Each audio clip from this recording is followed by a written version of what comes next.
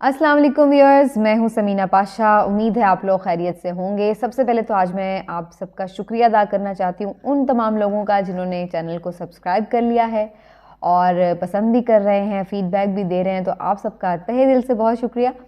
और जो लोग अभी तक सब्सक्राइब नहीं किया है जिन्होंने, उनसे मेरी रिक्वेस्ट ये है कि जल्दी जल्दी चैनल को सब्सक्राइब कर लीजिए और इसके साथ साथ लाइक भी करें, शेयर भी करें, अपने हल्का अहबाब में भी चैनल से मुतल्लिक लोगों को इन्फॉर्म करें कि वो भी इस चैनल को सब्सक्राइब कर लें, ताकि जो हमारी ये फैमिली एक बनती जा रही है और आहिस्ता आहिस्ता बड़ी हो रही है, तो इस फैमिली को हमने ज़रा स्ट्रॉन्ग करना है और इसको एक पावर बनाना है, एक स्ट्रॉन्ग आवाज़ बनाना है और इसमें हम यकीनी तौर पर एक बहुत बड़ी फैमिली में कन्वर्ट हो जाएंगे इंशाल्लाह।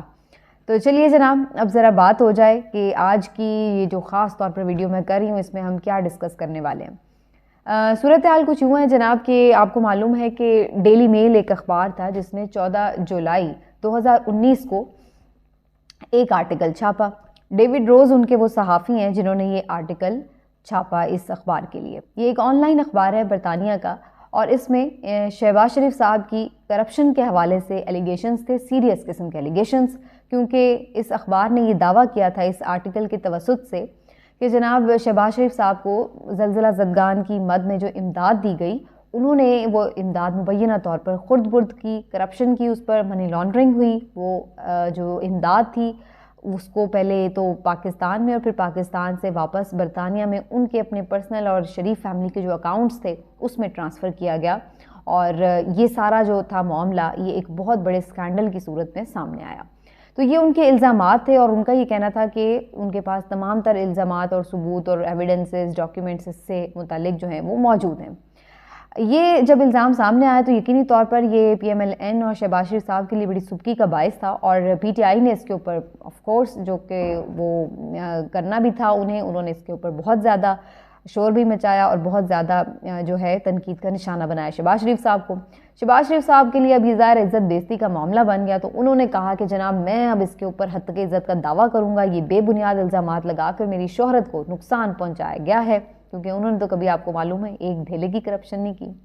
फिर हुआ ये कि उन्होंने जनवरी 2020 में जाकर बरतानिया की अदालत में जो है उनके ऊपर ये दावा दायर कर दिया हद तक इज़्ज़त का। और आप सब जानते हैं कि जो बरतानवी कवानीन है उसमें जो डिफेमेशन के लॉज हैं वो कितने स्ट्रिक्ट हैं और उस पर भारी जुर्माने जो हैं वो लोगों को आयद कर दिए जाते हैं अगर वो गलत तौर पर किसी के ऊपर किसी किस्म के इस तरह के इल्ज़ामात लगाए जाएँ शोहरत को नुकसान पहुँचाने के लिए। तो बहरहाल जनाब वो दावा दायर हुआ। जब वो दावा दायर हुआ तो उसके बाद उसकी मेंटेनेबिलिटी के हवाले से समाअत हुई। अच्छा, ये भी बड़े मज़े की बात है कि इस केस में अब तक जो कुछ भी हुआ है उसको दोनों पार्टीज़ ने अपने अपने मफाद की खातिर जो है खूब, जिसको कहते हैं ना, उछाला।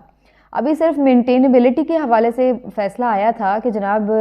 ये जो आर्टिकल है इसकी लैंग्वेज ऐसी है जिससे ये साबित हो रहा है डेफेमेशन हो रही है, हद तक इज़्ज़त जो है हुई है शहबाज शरीफ साहब की। तो जब ये बात अभी सिर्फ इस्टेब्लिश हुई है, अभी मैरिट पे बात नहीं हुई है, अभी सिर्फ उसकी मेंटेनेबिलिटी पे बात हुई है, तो जनाब जो PMLN वाले हैं उन्होंने भंगड़े डाल दिए कि जनाब देखें जी हद तक इज़्ज़त हुई है, साबित हो गया, ये हो गया, वो हो गया। हालांकि वो अभी सिर्फ मेंटेनेबिलिटी के हवाले से बात थी। उसके बाद जैसे जैसे मुकदमा आगे बढ़ा तो उन्होंने कहा कि जी हमारे पास डिफेंस के लिए सारे डॉक्यूमेंट्स मौजूद हैं। जो डेली मेल वाले थे उन्होंने वो जो एविडेंसेस थे वो अपना जवाब था उसके मुताबिक उन्होंने जमा करवाने शुरू कर दिए। अब उसके बाद बारी थी जनाब वज़ीर आज़म और उनके दामाद की वकला की कि उन्हें जो है अपने जवाब जमा कराने थे, लेकिन उन्होंने ये सोचा कि शायद बरतानवी अदालतें भी पाकिस्तान की अदालतों की तरह तारीख पर तारीख देती जाएंगी और कोई मसला नहीं, लिंगर ऑन हो जाएगा मामला। ऐसा हुआ नहीं और कुछ अरसे बाद ही जब वो जवाब नहीं दाखिल करवा रहे थे तो अदालत की जानिब से इस चीज़ के ऊपर उन्हें सख्त नोटिस किया गया। पिछले महीने की अभी बात है कि जनाब आपने ये खबर सुनी होगी जिस पर PTI ने बड़े भंगड़े डाले थे कि जनाब आप जवाब जमा नहीं करा रहे, अदालत का जो वक्त है वो आपने ज़ाया किया है, तो लिहाजा आप ज़रा जुर्माना भरें। 13 दिसंबर तक की वो डेट थी फाइनल कि जिसके ऊपर इन्हें जुर्माना भरना था। अब अभी इस हद तक ही सिर्फ बात हुई है तो PTI ने इस पर बड़ा शोर मचा दिया कि जनाब जैसे वो मुकदमा ही हार गए और जुर्माना हो गया उल्टा शहबाज शरीफ साहब को। हालांकि बात ऐसी नहीं थी कि कोई केस ख़त्म हो गया था या जुर्माना हो गया था, लेकिन उसके बाद एक सिचुएशन और डेवलपमेंट हुई बड़ी इंपॉर्टेंट। और वो ये जनाब कि अचानक से हमने देखा कि उस डेली मेल की तरफ से एक अपॉलॉजी शाया हो गई कि जनाब हमने जो शहबाज शरीफ साहब के ऊपर इल्ज़ामात लगाए थे उनमें से कुछ चीज़ें जो थी उसमें करेक्शन हमें करनी है, और उसके लिए उन्होंने उनसे अपॉलॉजी भी सीख कर ली। अच्छा, अब इस चीज़ को PMLN ने इस तरह से रिप्रेजेंट किया कि जैसे पता नहीं वो सुरखरू हो गए, क्लीन चिट मिल गई और सादिक और अमीन इंटरनेशनली साबित हो गए, बल्ले बल्ले तो शावा शावा। लेकिन कहानी असल में क्या हुई, अब ये मैं आपको बताना चाहती हूँ। देखिए, इसमें 2-3 बातें बड़ी इंपॉर्टेंट हैं। एक तो ये कि ये एक कोई मेरिट पर केस का ट्रायल नहीं हुआ। ऐसा नहीं हुआ कि उन्होंने सारे एविडेंसेस दिए हों और इन्होंने फिर साबित किया हो कि ये एविडेंसेस गलत हैं, तो फिर तो हम कहें कि जनाब चूँकि मेरिट पे बात हुई है, एविडेंसेस पे बात हुई है, एविडेंसेस कोर्ट में पेश हुए हैं, देखे गए हैं, दोनों तरफ से जवाबात आए हैं, तो फिर ये बात हुई। ये मामला हुआ है आउट ऑफ कोर्ट सेटलमेंट का। आउट ऑफ कोर्ट सेटलमेंट बिल्कुल ऐसा ही है कि जैसे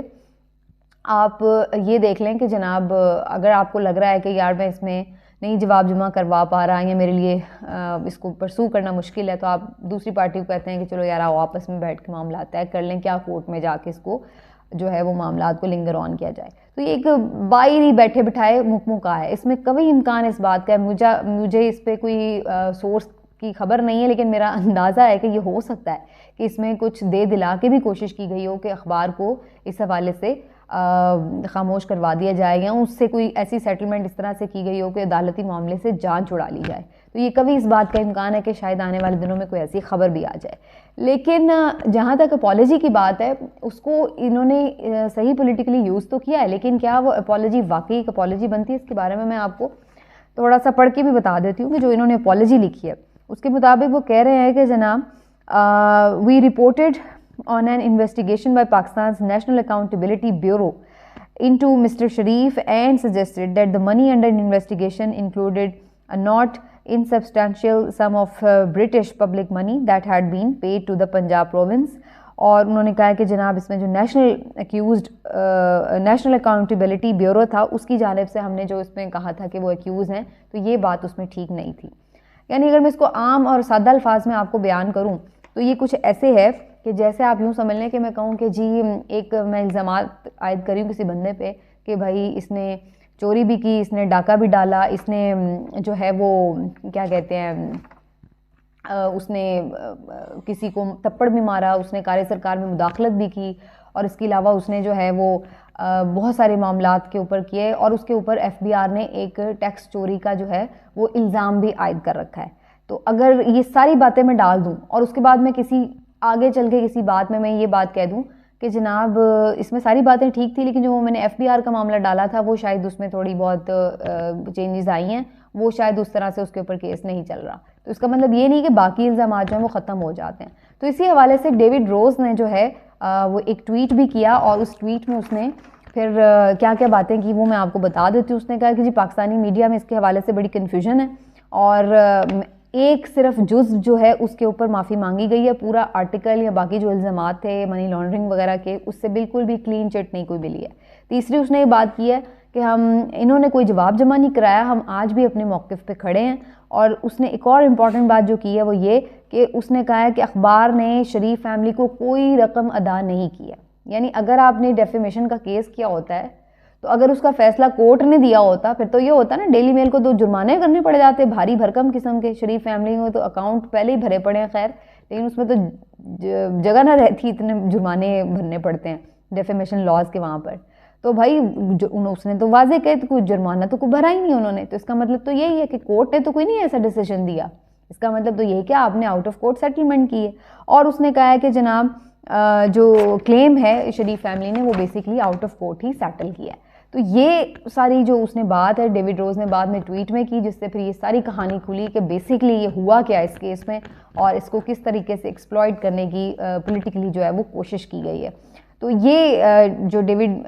रोज़ का मामला था वो इस हद तक था। और उसके बाद अगर आप क्लेम ही वापस ले लें तो ज़ाहिर है फिर उसके ऊपर ट्रायल भी नहीं होगा और बात भी नहीं होगा। तो ये एक अजीब सी सिचुएशन थी कि ऐसा मुल्क जहाँ पर करप्शन के अंबार लगे हुए हैं और एंटी करप्शन डे पे जो है वो इस किस्म की उनको स्टोरी भी मिल जाती करने के लिए। और सुनिए ये भी कितनी मज़े की बात है कि शहबाज शरीफ साहब जो हैं वो आके करप्शन के ऊपर उन्होंने कहा कि जी हम करप्शन को जड़ से ख़त्म कर देंगे। तो अब ये तो मेरा ख्याल है इस सदी का कोई लतीफ़ा ही हो सकता है कि इस तरह की बात हो, क्योंकि अगर सब ने इस पे एक और बड़ी बात हो रही है कि जी देख लें जी कावे मोसवी ने भी माफ़ी मांग ली थी, उसका भी जो था वो सारा गलत निकला, ब्रॉडशीट वाला जो केस था, ये डेली मेल का भी। तो देखें अब यानी हम ये मान लें कि ये सब किसी ने कोई पाकिस्तान में करप्शन नहीं की है, इनकी अरबों खरबों की जायदादें बड़ी इन्होंने मेहनत और खून पसीने की कमाई से कमाई हैं, और जो पाकिस्तान है उसके इदारे ज़मीन बोसों हैं। पाकिस्तान की मीशत सारी ख़राब हो गई है, पाकिस्तान की स्टील मिल बैठ जाती है, इनकी स्टील मिल दिन दुगनी रात चुगनी तरक्की करती है, सारी मिलें बंद हो जाती हैं, इनकी मिलें चलती रहती हैं। पाकिस्तान की मीशत ज़मीन बोस है, इनकी मीशत जो है वो आसमानों को छू रही है, लेकिन करप्शन किसी ने नहीं की। करप्शन की है तो गरीब दिहाड़ीदार ने की है, करप्शन की है तो साइकिल चोर ने की है, करप्शन की है पाकिस्तान में तो गरीब आदमी ने जिसने कोई रोटी का टुकड़ा उठाया उसने की है, उन्होंने करप्शन की है। ये जो बड़े बड़े लोग हैं ये तो अल्लाह ताला के कुछ ख़ास बंदे हैं, और ये तो उतरी हुई खुदाई मखलूक ऐसी है कि इन्होंने ना तो करप्शन की है, लेकिन इनकी एक एक पैसा जो है हक हलाल गया। और ये इतना पैसा है कि जिसमें से ये सैलाब ज़दगान या ज़लज़ला ज़दगान की इमदाद के लिए भी पैसे नहीं निकाल पाते बेचारे, और उसके लिए भी उन्हें दर दर जाके ठोकरें खानी पड़ती हैं और मदद मांगनी पड़ती है। और वैसे ही देने वाले वो ये नहीं सोचते कि यार जो लेने आ रहा है वो खुद उसका आप रहन सहन, उसका लाओ लश्कर, उसके जो अंदाज हैं, ऐशो इशरत है उसकी, वो देखें और फिर इनके जो है वो काम देखें। तो पाकिस्तान में जिस तरह से क्लीन चिट मिल रही है मुख्तलिफ करप्शन केसेस में, बड़े बड़े जो करप्शन स्कैम्स में हैं उनको जिस तरह से क्लियर किया जा रहा है, जैसे अब सुलेमान शहबाज भी वापस आ गए हैं, वो भी बिल्कुल नीट एंड क्लीन, और वो एक लॉन्ड्री से धुल गए हैं। सागदार साहब पहले धुल गए हैं, मरीम साहिबा भी धुल चुकी हैं, मरीम नवाज शरीफ साहब को भी धोने की तैयारी हो रही है, उनको भी क्लीन चिट मिल जाएगी। तो बाकी भी सरदारी साहब हों, कोई भी कभी किसी ने किसी बड़े आदमी ने, आप ये बात जहन में रख लें, पाकिस्तान में कभी किसी बड़े आदमी ने, अशराफिया ने कभी करप्शन नहीं की है। करप्शन सिर्फ गरीब आदमी ने की है, इसीलिए तो उसका ये हाल है कि बेचारा फाको मर रहा है। तो ये सूरत हाल है पाकिस्तान में करप्शन के हवाले से, और जो हमारी अदलिया है उसका, इसी वजह से हम देखते हैं कि जो नंबर है वो 130वां आता है फिर। तो बहरहाल जनाब ये हैं सारे मामलात, इसके ऊपर हमारी नज़र रहेगी, लेकिन पॉलिटिकल हैपनिंग के हवाले से बहुत ही जल्द एक अहम व्लॉग मैं करने वाली हूँ, आप उसका इंतज़ार करें। इंशाल्लाह फिर आपसे मुलाकात होगी। अपना ख्याल रखिए, अल्लाह हाफ़िज़।